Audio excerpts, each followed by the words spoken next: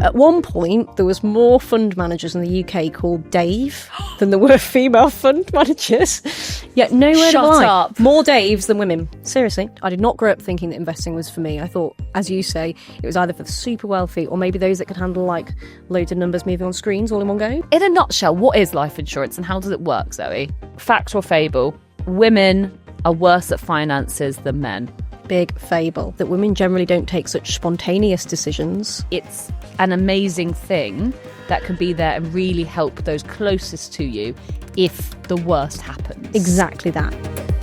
This is Pretty Covered, a podcast about real life and how we deal with the parts no one talks about. We'll meet people who face loss, experts who help us understand money and protection, and charities supporting families through grief. Together, we'll explore about how planning ahead can give us peace of mind when we need it most.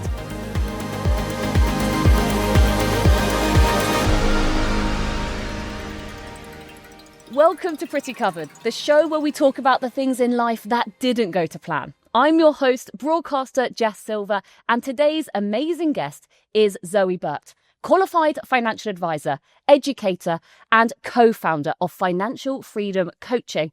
And to be honest, an all-round queen when it comes to advising women on finance.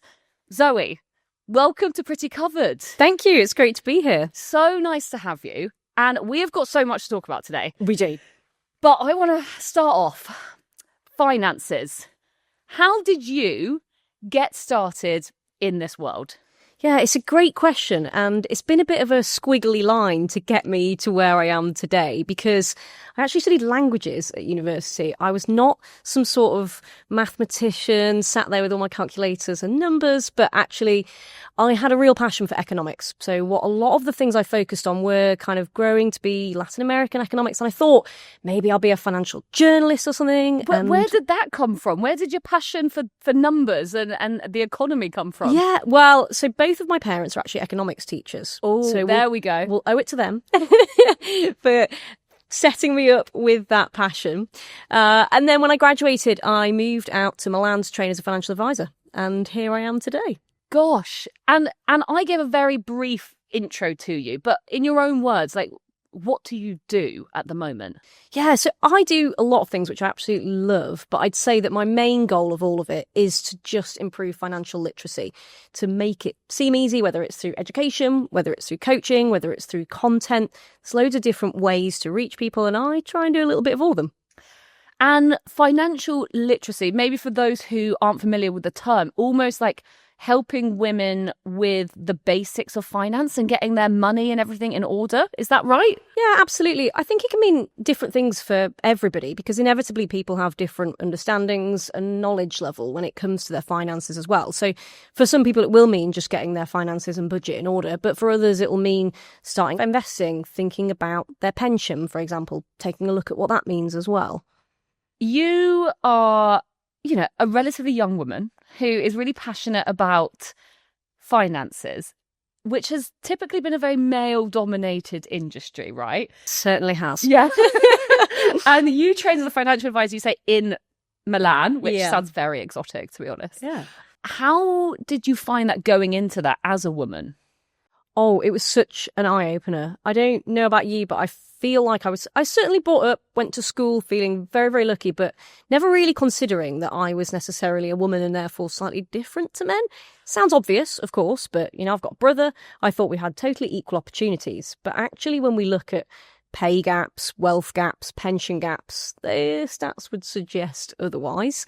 And certainly entering the financial industry, which was very male-dominated, it was a real eye-opener in terms of the lack of women that were present in the industry and what that kind of meant for the rest of your career as well, looking ahead. Obviously, you had a passion for economics. Did you think at that point, oh, there's too many men in it, I don't want to go into it? Or was that not a thing? And it was only once you would kind of started your journey, you were like, oh, I'm different. I'm a woman. I'd say it was definitely the latter. Perhaps went in a bit naively, not really thinking about it, and then got there and thought, oh, gosh. And I was always very lucky. I had a very strong mentor in the industry, and he looked after me a lot and taught me a lot. But equally, it's difficult when you're consistently looking around, seeing that male-dominated environment and what that can kind of mean for you. Why is it that you want to help women?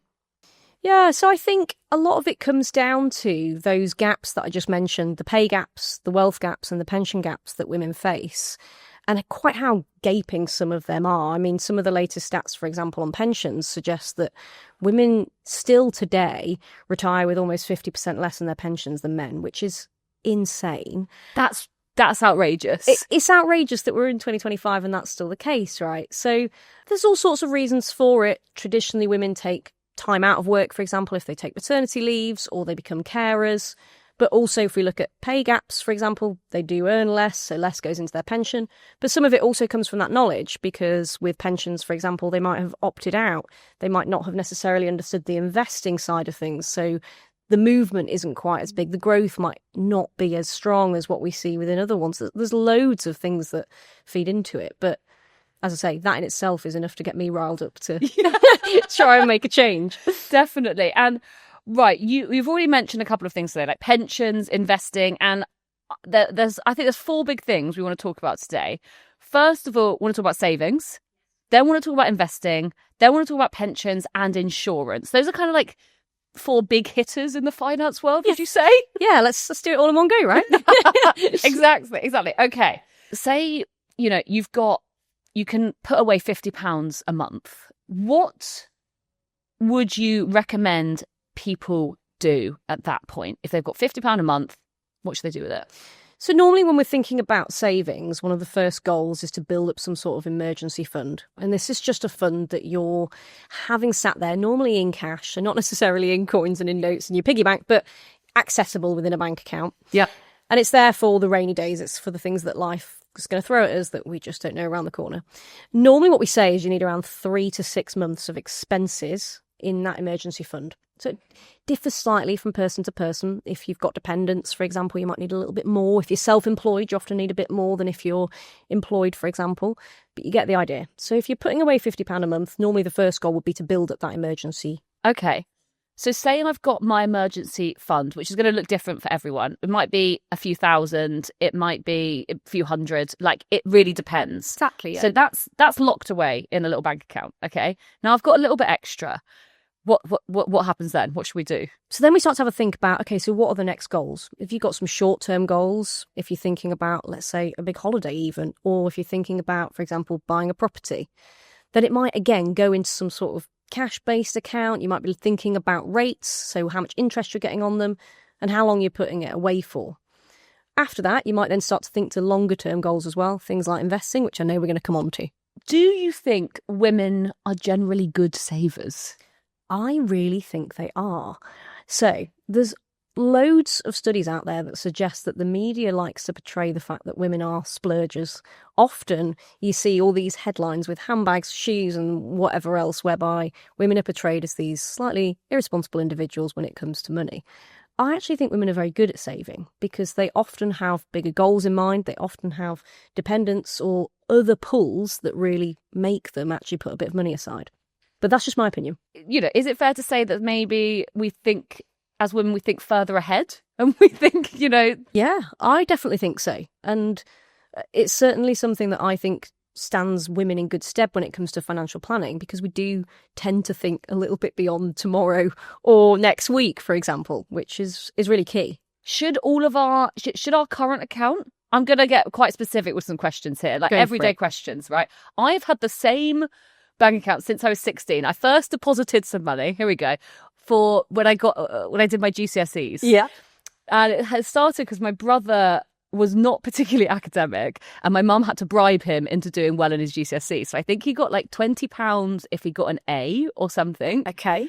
And then it decreased. Okay. I still use that bank account as my current account now. And since then, I've got different savings accounts, some with that bank, some with others.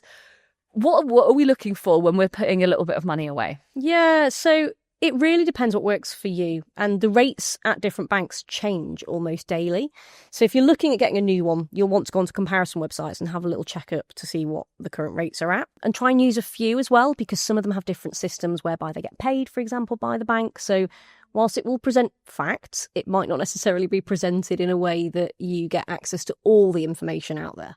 Because sometimes you get like £100 or something, don't you, for opening a new bank account, for example? You can, yeah. So sometimes people do go through switches, for example, to try and get the best rates or to get the deals like the £100. Yeah.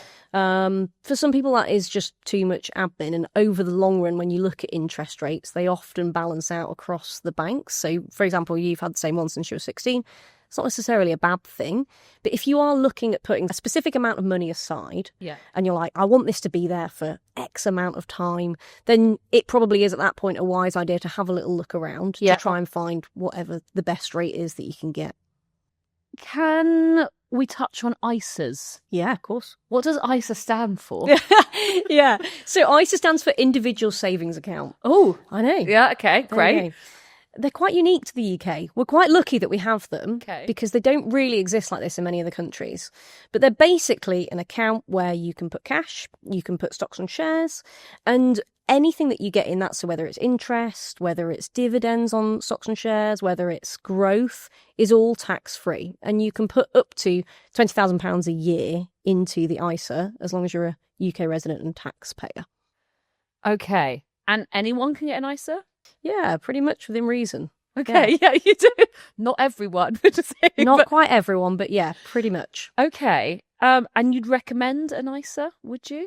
So it very much depends. Everybody's circumstances are different. Yeah. And for most people, starting with an ISA when they're thinking about savings or investing, it's a great basis point because it is tax efficient and the government has intended for that to be so. As I say, everyone's a little bit different, but generally it's a good place to start. With the likes of ISAs and inflation and interest rates, there's a lot of data and a lot of terms out there. So much jargon. Yeah. Why is that? And do you see that as being one of the biggest barriers for women to get a handle on their finances? Or yeah, definitely. I think it's all the stuff that we're just not taught in school, right? So nobody explains what inflation and what interest rates are and necessarily how the two interact and why it's important to understand that. And I definitely think some of those, as you say, jargon acronym that seem to pepper the world of finances, even like ISAs, it's yet another term that you're like, I'm not too sure what that is. I certainly think it adds more barriers for those trying to access. Well, we were actually talking earlier and you said that on the tube, you were sat there and there was adverts in front of you, like static cardboard type adverts on the tube. And a load of them were about finance, but a load of them were in kind of like traditionally male colours. And, what's that all about? Yeah, I don't know. We were chatting about it, weren't we? Saying on the tube, there's like 3 different adverts there in front of me, and they were all blue and black. And that was, and I'm talking like proper navy blue and black. And it's not to say that they aren't for one person or they are for another, but it gives an impression, right? And I think the impression that it gives is just really, as you say, generally quite masculine, but also potentially quite off-putting if you feel like it's a world that you're not too sure about. It's not necessarily inviting to me. I don't really get why they do that, but they clearly pull in a certain audience. And maybe for some that is inviting, but I think it excludes an awful lot of particularly women. As we move on to like investing, now this is something that I have never really thought was for me. I didn't grow up with parents or a family who ever spoke about investments at all. Can you break it down for me, for us? What do you mean by investing? Yeah. And I definitely put myself in the same bag as well. I did not grow up thinking that investing was for me. I thought, as you say, it was either for the super wealthy or maybe those that could handle like loads of numbers moving on screens all in one go, which wasn't me. It still isn't me. But it doesn't mean that investing can't be for you. So in its purest form, investing just means putting money into something that you expect is going to grow or generate you some sort of income. So investments, or investing, can go into all sorts of things, from property to stocks and shares to even things like art, wine, whiskey, for example, all of which hopefully you're expecting to grow. Now, depending on who you are, what your goals are, what your kind of attitude to risk is, will impact which investment is right for you, which I think is why it's tricky sometimes, because people are like, okay, can you tell me what the best one is? Tell me the best investment for me. I'm like, well, without knowing you, I can't necessarily do that. There's not some sort of magic number to what it is, because it looks different for me, for you, and for the people listening as well. So I've got a lot of questions here. Now in kind of the age we're in, where everything's, we have apps, we have, all, it's very different from how it used to be. If I wanted to invest, say I've got my emergency fund, right? And I've got £1,000 or something that I don't just want to put in a savings account, which hopefully will go up by 2 or 3%. I'm like, no, I want to do something maybe bigger, a bit more risky potentially, but put it in an investment. Okay, what are my options? What do I do? Where do I go? Yeah. Okay. Now what? Yeah, exactly. So lots of people in the UK, as we mentioned, ISAs before, Yeah. would start with a stocks and shares ISA. Okay. The reason being is that if they start investing in a stocks and shares ISA, it's tax efficient, so they don't have to worry about any taxes from the off. Question. Fire away. Stocks and shares ISA. So I put £1,000 or £10,000 into a stocks and shares ISA. I put it into an ISA. I then don't have to do anything else, right? That company automatically puts it into stocks and shares, which should hopefully increase over time. Not necessarily. So there's loads of different providers of stocks and shares ISAs, in the same way that there's loads of different banks, right? Yeah. We all know the big names on the high street. It's the same with stocks and shares ISAs. Now, some of them do come from those banks. But there's some that just specialise in those ISAs. Now, they all have slightly different properties. So some are more expensive, some have a big range of investments, some have a small range, and some pick it for you, and some you have to manage it yourself. Okay. All of them come with their own pros and cons. Yeah. 3 things that I normally look out for, tell people to look out for, is firstly the cost. Have a little compare as to how much you're putting in and what that's going to look like. It's not necessarily that cheapest is best, but you need to weigh up what you're going to be investing versus how much it's going to cost you. There's extra costs then other than the money you're putting in? There are, yeah. Okay. Yeah. What are these hidden costs? So they're not necessarily hidden. They have to disclose them. They should tell you. Yeah. But these costs are coming from things like they have to pay for the running of the platform, so the technology side of things. They have to pay for the security that they have in place, also the insurances, and et cetera, et cetera. So there are costs associated with having some sort of investing platform. Yeah. So the cost is an important one to look out for. The other thing to have a look out for is how those investments are chosen and managed. So like you say, if you wanted to be hands-off, you need to pick one that is going to allow you to choose a basic risk profile, is normally what they ask for, and then they handle all those investments for you. Now, generally, that's a little bit more expensive than if you're doing it yourself. Because, of course, you're then paying somebody or something, if it's some sort of algorithm, to manage it for you. So then the third thing I'd have a look out for is this sort of user experience. And this is the one that I think is most unique to you. And it comes back to that thing that we talk about on the adverts as well. If you log onto a platform and you're like, oh my, I can't do this. This is horrible. I'm overwhelmed. It's not going to work. You're not going to want to go on. You're not going to carry on with investing. So you need to have a little look around to find the one that most aligns with you. And it's very unique. It'll be dependent on what other apps you use, what kind of experience you have with other similar interfaces as well.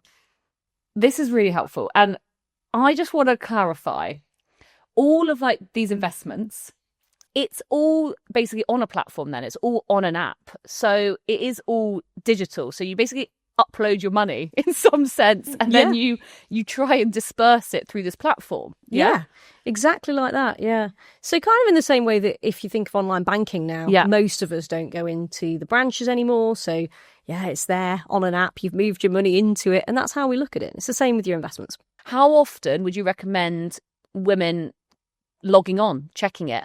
Yeah, so if they're managing it for you and it's relatively hands-off, you could check in every 3 months or so, just to see where things are at, how things are going, to check it's still in line with your goals, but also to understand if there have been any changes, either up or down, so you don't feel too much panic. And that's kind of all you need to do. It can be a relatively low-key thing, because I know so many of us are busy, right? With time poor. Yeah. Now, before I bought a flat with a mortgage a few years ago, I did have a little bit of money in one of these investment. I was a bit like, oh, I don't really know what to expect, but it was super simple. Yeah. And I didn't check it that often. I think I was worried about, is it still there? Yeah, I mean, you wouldn't be alone. But I mean, one good thing about the UK is as well, with these stocks and shares ISAs, or with banks as well, there's certain protections in place. So it's called like the FSCS, another acronym for you. But the FSCS protection means that you are covered for up to £85,000 if that bank account or stocks and shares ISA has got it. Now, always check the T's and C's, because of course each and every one is different. Always. But when you're thinking about that, for example, you're worried that you're going to put your money on it and it's all disappeared. And I know loads of people are worried about that. It's a valid thing to be concerned about. You need to make sure that where you put your money is safe and it's not a scam. But check out for some of those protections so that you feel a little bit more peace and ease of mind and you're not worrying that it's just going to go into the ether.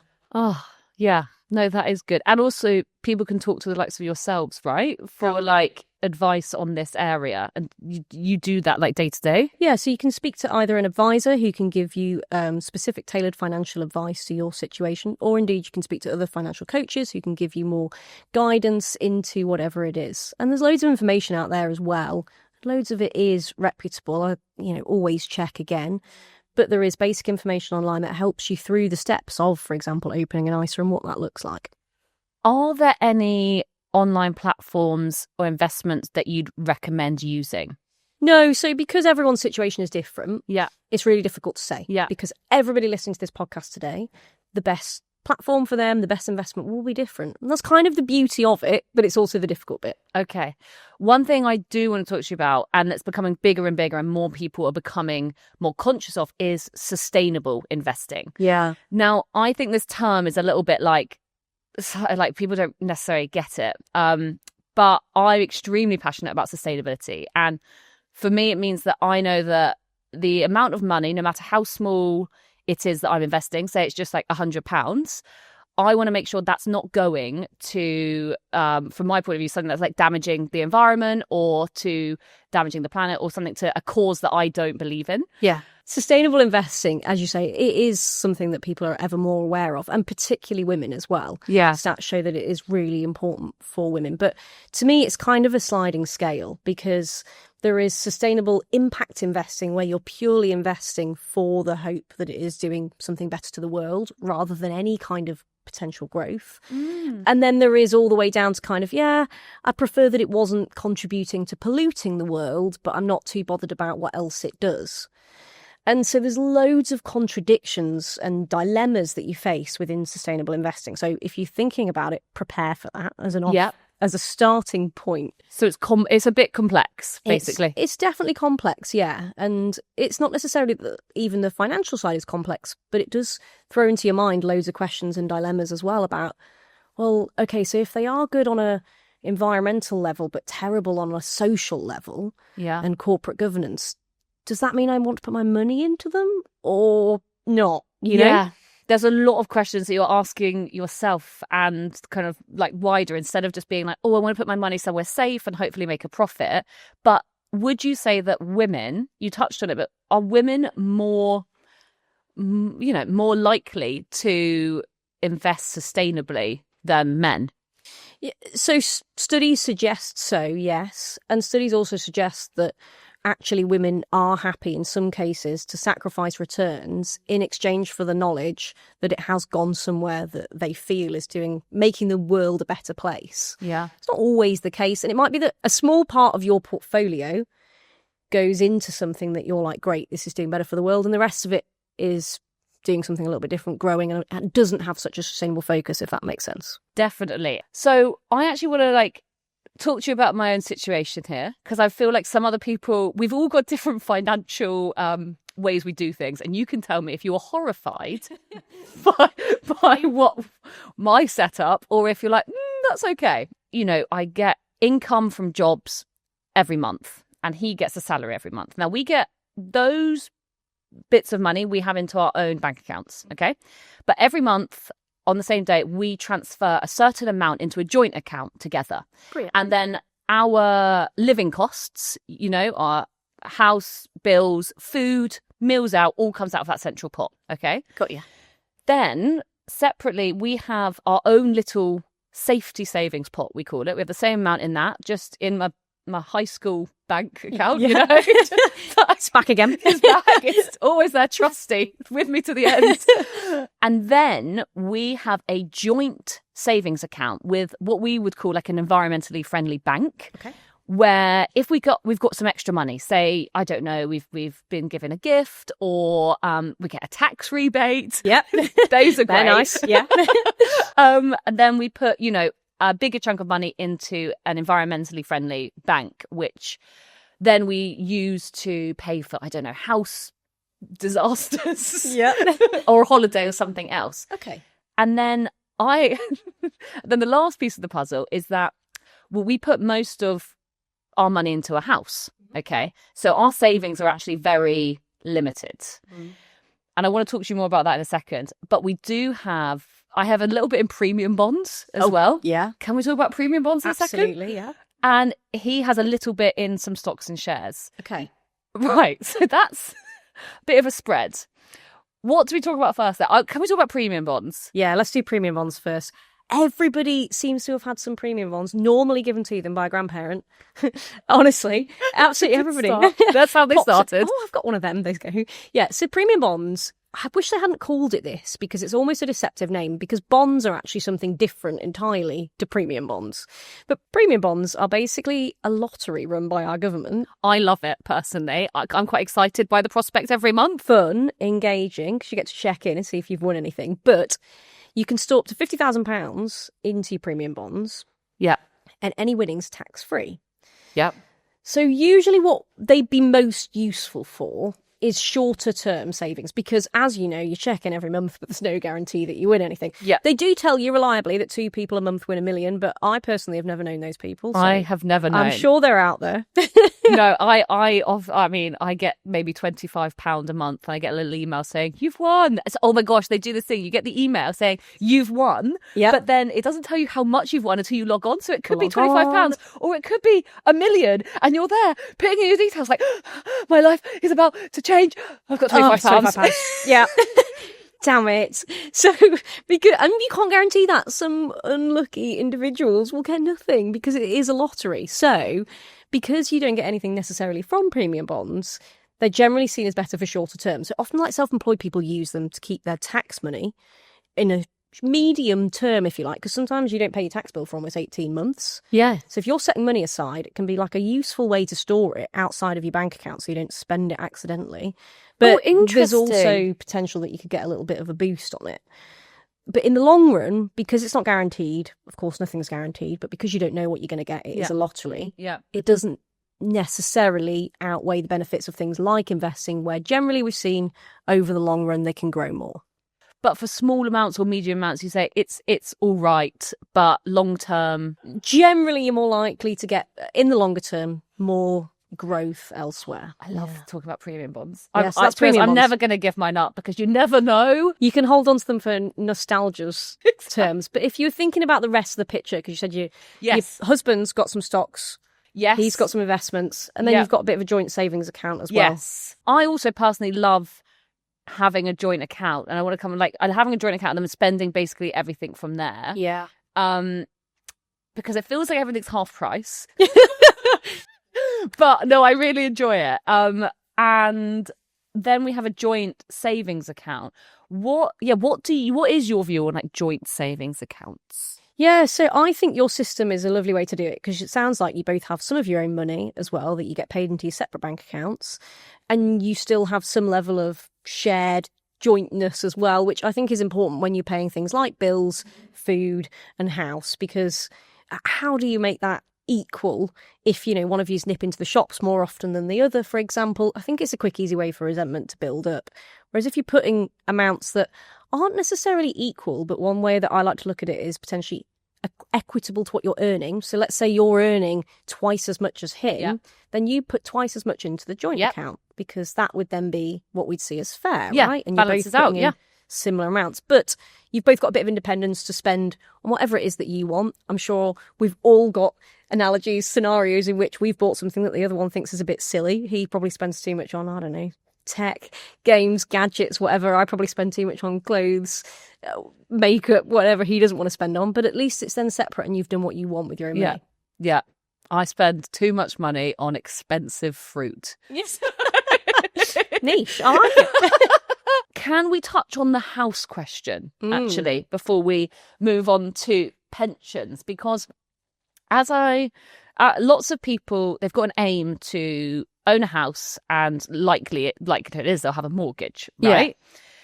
Do you put everything you have into that mortgage, into that house, like 95%, 100%, or do you actually only try and put 75% of what you have in and save 25% for savings, emergency fund, investments. I would love your view. Yeah. So, of course, mortgages are set up in a way that the banks stress test you to work out how much they can lend you. But what they don't take into account is, as you say, all of life's unexpecteds. And again, depending on your situation, if you've got little ones, if you haven't, they can vary greatly. For me, I personally don't think putting everything into any one basket, but in this scenario, a house, is wise, because you don't then have the buffer for what happens if one of you loses a job, what happens if there's a bit of a change in circumstances, what happens if the boiler breaks in the middle of winter. And ideally, of course, you'd have those emergency funds that could cover it. You'd have buffers. But we do know that these things can sometimes all come together. In threes, they say, don't they? Life suddenly throws them all at you. Make sure that you're not putting yourself in a position where it's just incredibly stressful and potentially financially difficult, whereby you're looking at things like short-term debt, which can quite quickly spiral. So you'd always recommend, I'm not putting words in your mouth, but not completely maxing yourself out and putting it all into your mortgage or all into your house, but diversifying your assets, as it were, and just having that buffer that is accessible. Because the problem is, I think, with mortgages is that you can't get that money back out, whereas investments and savings accounts you generally can. Yeah, exactly. So you can put the words in my mouth on this one, because I totally agree. You should, wherever possible, diversify. And I think with a mortgage, try to avoid maxing out, because I do think it just puts yourself in potentially financial difficulty and stress. Yeah. Even if it doesn't seem it straight away. Yeah. And like you say, you can't get it straight back, because you'd have to sell the house, and that doesn't happen overnight. With savings, generally you can access them really quickly, depending on the terms of the account. And with investing as well, generally you can. Not always the case, but we do normally say that if you're thinking about investing, particularly in stocks and shares, for example, you want a minimum time horizon of around 5 years. Oh, okay. Well, so you want to leave it in there for 5 years, generally? Ideally you do, yeah. Why? The reason being is that what we see is that, like, the markets and the economy go through cycles. So as many of us will be aware, we've probably seen or heard of at least some economic recessions in our lifetime, right? These cycles generally last around 5 years. So there's a period of which we see like a boom and a bust. So like an up and a down and then a back up again. Okay. And so what are we in right now? Yeah, good question. So the markets and the economy are in a slightly different place at the moment. When you talk about market and economy, can you define that as well? Yeah, absolutely. So markets are when we're talking about the stock markets and how much they're going up or down. And the economy is what, for example, the UK economy is producing as a whole. Now, they do generally align, the two, but there's often like some deviations, for example. So at the moment, stock markets are still looking pretty strong. They've been climbing consistently for a few years now. The economy has had a little bit of a bumpier route. We're not in a recession at the moment in the UK, as many of us will be familiar with the term, where the economy is actually shrinking. But there's many question marks about where we're going in the next few years and what that could look like. So back to your point about the 5 years, the reason why it's super important is because what you want to avoid doing is investing when we're at the peak, when we're right at the top, and then the markets come down, which can last some time. And if, for example, you've got a really short time horizon, let's say 6 months, what you could risk doing is putting in at a high, it coming down, and then needing to withdraw at the low. How do you know when to invest, though? There is no such thing as a perfect time. Okay. That's why that long-term time horizon is super important, because over the long run, despite there being ups and downs, anybody that's listening, I'm drawing squiggly lines here for you all. But over time, those squiggly lines generally go up. I think there's a bit of a misconception. Pensions are for old people. Definitely. I love pensions. You love pensions? Why do you love pensions, Zoe? I just think they're fascinating. There's so many proper nerd coming out of me here, but there's some really interesting bits about pensions. So I'm here. I'm ready for the questions. Go on. Hit me. What do you think's the most interesting thing about a pension? So one thing that I think is really cool about pensions is that often if you go to a room of people and you're like, are you an investor? None of them put their hands up. Actually, in the UK, if you've got a pension, generally, you've got investments, because that pension is invested and people don't know this. Yeah. So everybody should be putting their hand up because they're all investors, because you've all got a pension. That's a very interesting point. I won't lie. Pensions stress me out. Yeah. Okay. Don't think you're alone. No. You're putting money aside for future you for a potential retirement. And I think the reason why people get stressed about it or don't want to think about it is because retirement often has these like immediate connotations of like walking sticks and Zimmer frames. But actually retirement can mean so many different things. And we're living longer. Many of us aren't necessarily wanting to work right up until the point that we eventually pass. And so having some period of time that you can actually enjoy, it's going to be really important to set money aside for that. Okay, I've got a few questions on this because I used to be employed, and had a salary, that came in monthly. I'm now self-employed, right? So can we make the distinction between private and state pension before we get into it? Yeah. So there's the state pension, which is something that you'll get from the state, hopefully. Everyone will get when they reach a certain age. Provided that you've made enough national insurance contributions. So in the UK, you need a minimum of 10 years national insurance contributions to get the minimum state pension. And that's basically if you've been self-employed or if you run a business that you've been paying national insurance for 10 years. So anybody that is employed or self-employed and earning above a certain threshold should be making national insurance contributions. If you look at your pay slip, if you are employed, you'll see it come out. If you're self-employed, of course, you'll see it when you're doing your tax returns. I was paying into a private pension with my company because every company is different. But there was a law that came in several years ago, wasn't it? Where you can correct me if I'm wrong, but the employer had to match / increase or double or something the amount of money the employee was putting into the pension. So what they brought in is that everybody, once earning over a certain amount again, has to be automatically enrolled into a private pension. Now, the minimum amount that by law has to go in is that the employer has to put 3% in, and you as the individual put 5% in. But really it's 4% because the government give you back, or they top it up with 1%. So the employer puts in 3, you put in 4, and then 1%. So it's minimum 8% of your salary that goes into a private pension. You can opt out, so you have to automatically be enrolled, but you can choose not to. But of course, then that 3% employer contribution generally just disappears because it's very rare, or I've never heard of it, that an employer gives you that 3% in exchange. Okay, so if you're paying into a private pension, you get 8%. 4% of that is you. Yep. 3%'s your employer. Yep. And 1%'s the government giving you your tax back. Okay. Right. So private pension. So I was paying into one when I was employed, and then I moved companies, and then I was again paying into my pension. I think just the base amount. So as you say, 8% in total was going in. But then I became self-employed. So I then started paying into a separate private pension. Sure.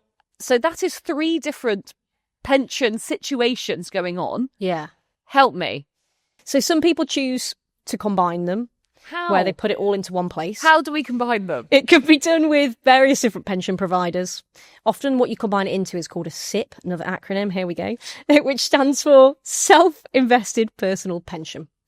So some people like yourself, if you're self-employed, you've got your own pension, it'll be called a SIP, and you can combine them all into one place. Some people choose to combine them into, let's say that they've moved to another job, and like yourself, they've got one pension that they've left behind and another one, they can potentially put them into their current one as well. There's sort of pros and cons for all. But that is what often people do to kind of, I like to think of it as like sweeping them up along the way. Can I ask a question on this? Because I recently tried to combine my pensions together. Yeah. With varying degrees of success. Okay. Yeah. One of them I could find because I found this policy number. It used to be all by paper. I've moved house. Different email addresses again because you move jobs. Of course. So I managed to find one old pension, which got brought in. The other one, they said they couldn't find it. I mean, there must be millions every year, billions of pounds lost in lost pensions. Surely, is it by your national insurance number that you can maybe track them all? What do I do with my lost pension? Yeah, there is a huge stat. It's really scary as to how many billions have been lost in lost pensions. But I believe that the government now has a tracking link on their website where you can look for missing lost pensions. I like to think of them all as like in a dark room somewhere hiding, but like in Harry Potter, like the Department of Mysteries. Yeah, the Department of Mysteries, where all these missing pensions are. But you can go onto the government website and, like you say, with your national insurance number and your name, you should be able to trace any missing ones from where they are. Well, I know what I'm doing after this recording. Yeah. Okay. It's worth saying as well on that point, anybody that's listening that's in the public sector, so if you work in the NHS, fire service, military, teaching, whatever, your pension looks a little bit different. And that's something that is then more complicated again, but yours isn't a pot of money. Yours is more of an income as and when you retire. So all that stuff that we've just spoken about there, about being an investor and how much goes in, it's different for you, so ignore it. And it's generally quite good. It is generally quite good. Going back to kind of where is your money going, there is a move to more sustainable pensions as well, isn't there? And that's why I personally wanted to amalgamate mine, because some of mine might have been going to dodgy stuff and I didn't realise. Yeah, so you get to choose your investments and your pension no matter who it's with. People often don't realise this, but if you log into the portal, it'll often just be in a default fund. Hang on, so you log into your pension, your private pension portal? Yeah, exactly. And that might take a bit of tracking down, but bear with it, stick with it. Find all the bits of paperwork, log in, and then you'll find normally that if you've never done anything, it'll be in a default fund. Now, these default funds might not be suitable for your risk profile and might not be suitable, for example, if you do have sustainability concerns. But often you can change that. So you can change the investment strategy on your pension to make it more sustainable, for example, or make it more suitable for what you wanted in terms of risk. Oh, I just don't think people realise this, and this is so interesting. And once you do realise, you've then got the power to do something about it, don't you? Exactly, yeah. Oh, okay. I've got so many actions after this. I want to talk about next insurance. I think all of the topics we talk about today, they often have an edge of like, even with the paperwork there, I'm like, go, stick with it. Wait for it to come through the post. Exactly, right? They're kind of stressful, icky things that we maybe avoid, but they feel so good once we sort them out. So the same goes for insurance and life insurance in particular. In a nutshell, what is life insurance and how does it work, Zoe? Yeah, so life insurance there's different types as well. Yeah. We won't go into all the different types, but you can find that information again online. But in a nutshell, life insurance is where you're paying a certain amount so that in the eventuality that you pass away, your beneficiaries, so normally husband, partner, children, receive some lump sum of money to be able to cover their basic needs. Things like a mortgage might be covered, and there might also be a little bit extra depending on how you've set it up. So ultimately, it's an amazing thing that can be there and really help those closest to you if the worst happens. Exactly that, yeah. Okay. And what are your thoughts on life insurance? Does everyone need it at every point? Do you have it yourself? Yeah, so it's not necessarily for everybody. So as I mentioned there, it's really in the eventuality that your beneficiaries, in the case of you passing away, receive some lump sum. So if you've not got any financial dependents, for example. So no children? No children. Yep. If your partner doesn't depend on you financially, you might not need it. Now, in the case of you've got a mortgage, for example, even if your partner doesn't depend on you financially, you might both pay into that mortgage. So if you were to pass away, that could mean that they would need to leave potentially the house because they couldn't afford it alone anymore. Now, if that's not something that you would necessarily want, that might be a scenario in which you would consider life insurance. So I personally don't actually have life insurance at the moment because I don't have any children. My partner is not financially dependent on me. And we took the decision that for the moment, we both would be in situations where it wouldn't be ideal. But of course, in this scenario, it's not a nice thought, but we would be financially set up as individuals to still cope with whatever happened. So I did have life insurance because I had a mortgage on a flat. He was then just a partner, just wasn't my husband, just a man I knew, he didn't own the flat, but he kind of lived there with me. But I wanted life insurance. And actually, mine wasn't just in case of death. It was critical illness. Yes. Because if I got a certain type of illness, including the likes of cancer, and there's sure, lots of different options on there. Okay. that if I had some sort of illness, that the mortgage would be covered essentially for him, I assume. It hasn't happened, touch wood and everything else yet. But where I then sold that flat, and at the moment I don't have it, but it really did give me kind of peace of mind whilst I did, because I was like, if anything does happen, then I know that he's got somewhere to live, the mortgage is sorted, etc. Yeah, definitely. And with critical illness as well, because I do have critical illness because I have a mortgage. And that is... So you have critical illness cover? I do have critical illness insurance, yeah, but not life insurance, because critical illness covers a whole list, as you say, of different illnesses. Now, they are all critical. The name's kind of in the title, but they don't necessarily mean that you're going to pass away immediately or anything like that. It could just mean that you're no longer able to work. So if you were to be in a situation whereby, let's say, touch wood, the worst scenario arises, you get into a car accident and then you're paralysed, for example, the critical illness would probably pay, therefore. Each and every scenario is different, of course. Yeah. But in that instance, I'm still alive, I'm still able to function. But now, because the mortgage has been covered with that critical illness payment, I'm able to carry on living in the house that we've bought and we want to stay in. And my partner isn't having to shoulder all the financial burden of what that would look like. Okay. So critical illness cover you can get then and on its own. What if you... Well, two questions here. I am self-employed, so I am somewhat scuppered if I get ill, or I'm unable to work because there's no sick pay, right? There's obviously a government amount, but there's not a really amazing. It's not quite the same. Amazing sick cover from a private company. So in my case, it actually could be very helpful if I covered myself with some critical illness cover. Yeah, so critical illness would cover you if you were ill, for example, but critically ill, and that list is generally quite serious. Yeah. But you might also look at the likes of, for example, income protection cover, which is another one again. And what that does is protect you in the case of your income were to totally, let's say, dry up. It might be due to sickness, it could be due to other things as well. And they all come at varying costs and with varying features, but that might be one that in that scenario, like you say, it would keep you afloat. Is this in relation to, like, if you have a mortgage? What if you don't have a mortgage? Yes, if you don't have a mortgage, it becomes a bit more complex. So you ask, for example, does everyone need life insurance? And it's not like a cover-all that if you have a mortgage, then you need life insurance.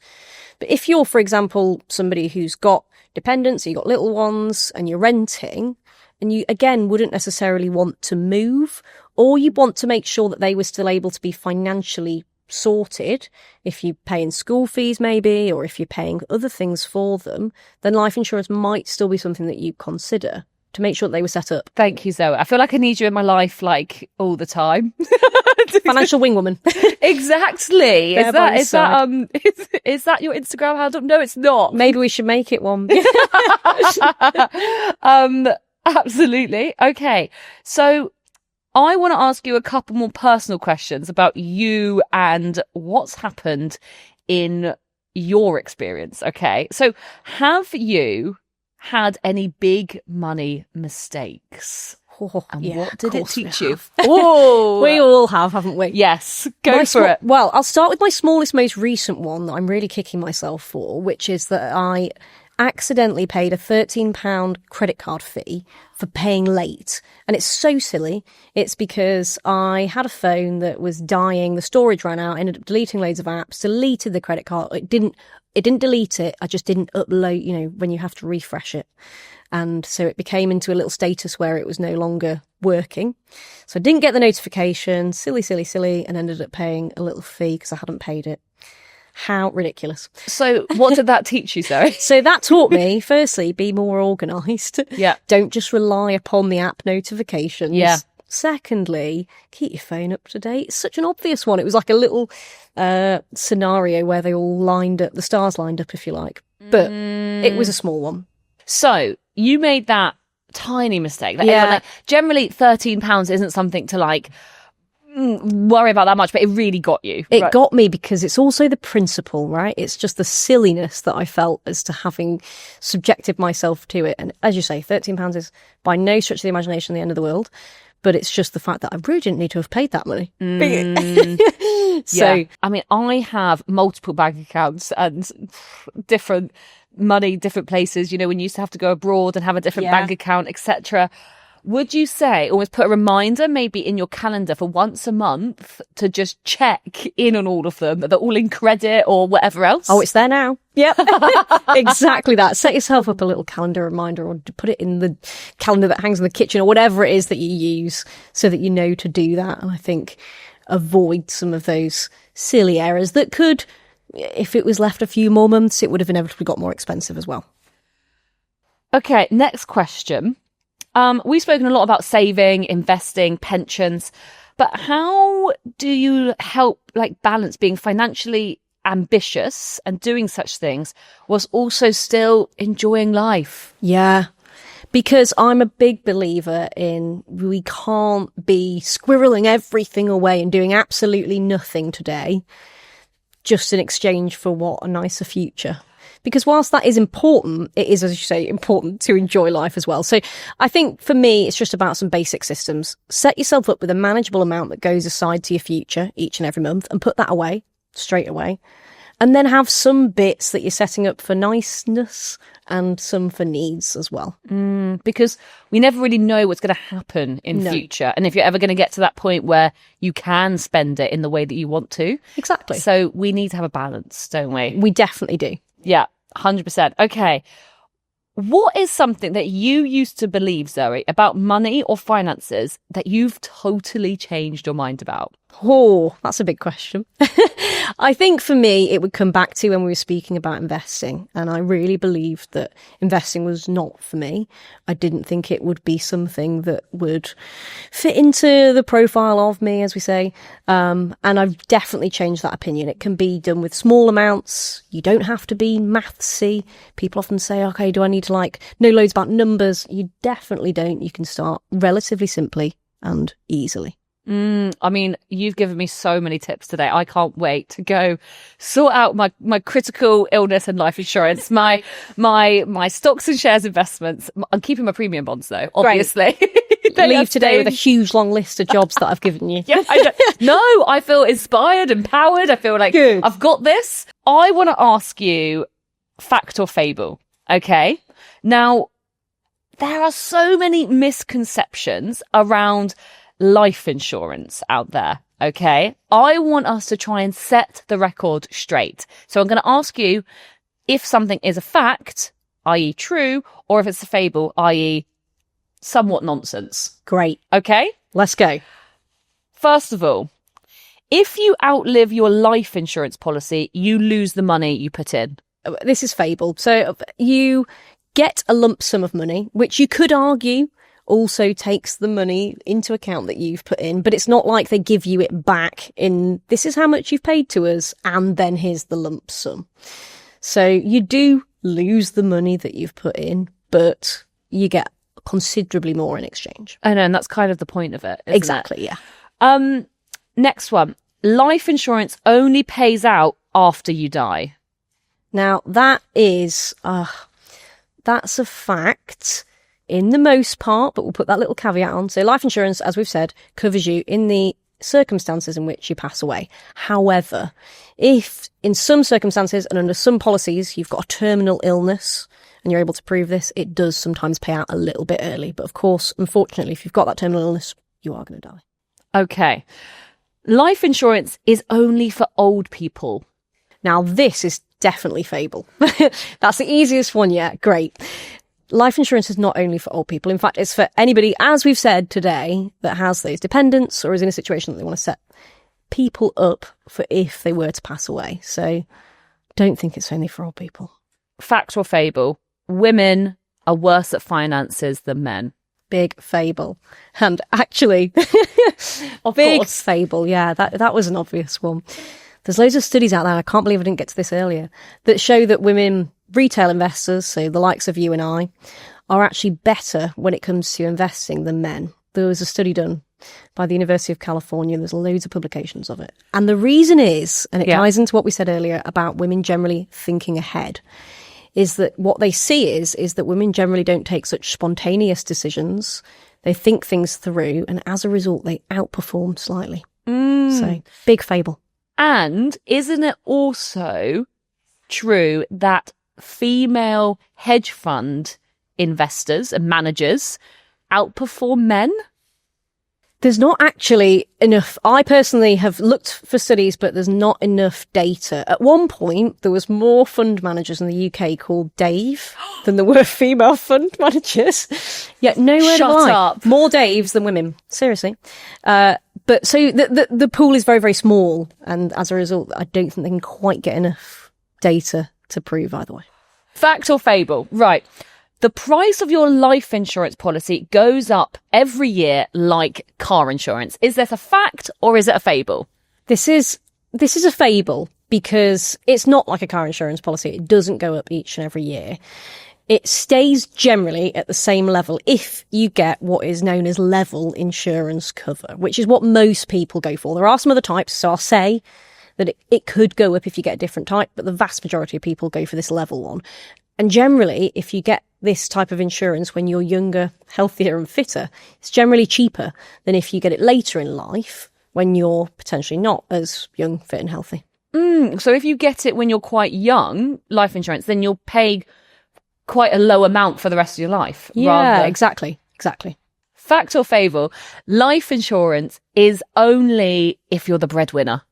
Yeah, actually real fable again. So I think people think that because we've spoken a lot about it potentially covering the mortgage, for example, and if you are in a situation where one of you is a breadwinner and one of you is, for example, a stay-at-home parent, then you might think, well, the stay-at-home parent doesn't need to be covered.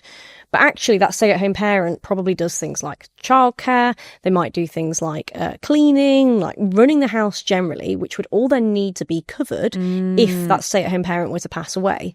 So it's definitely not just for the breadwinner because there are costs on both sides. Okay, brilliant. Right, Zoe, I want to know about financial faux pas, okay? Not necessarily yours, but generally, what are some of the biggest financial faux pas that you see out there that give you the ick, that you don't want people to do? Yeah.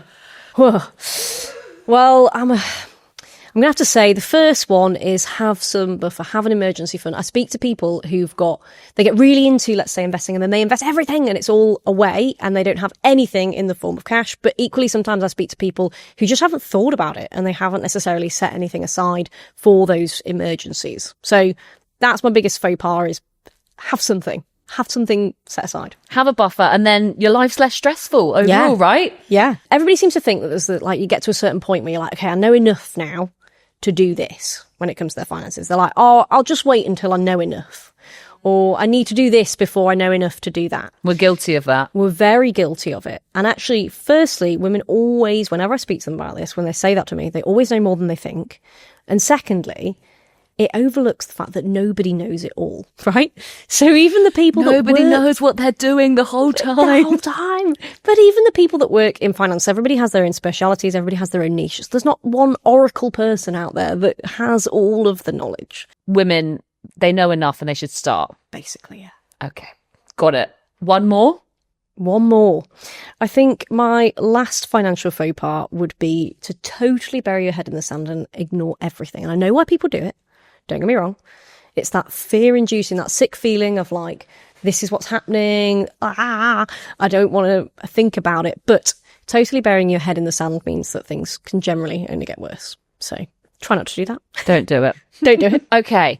Now, as women, Zoe, we go through obviously a lot of different life stages. Yeah. We might be single. We might be starting a business. We might be married. We might be having children. So much going on. What different types of kind of like cover of like life insurance should we be thinking about those different stages?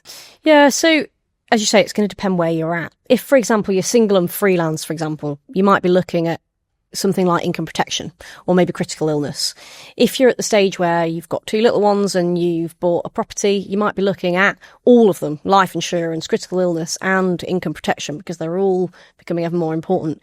If, let's say, you've just bought a house, for example, but you've not got any dependents, maybe then you'd be thinking about something like critical illness. Potentially, if you were, let's say, freelance as well, if you're self-employed, you might look at income protection.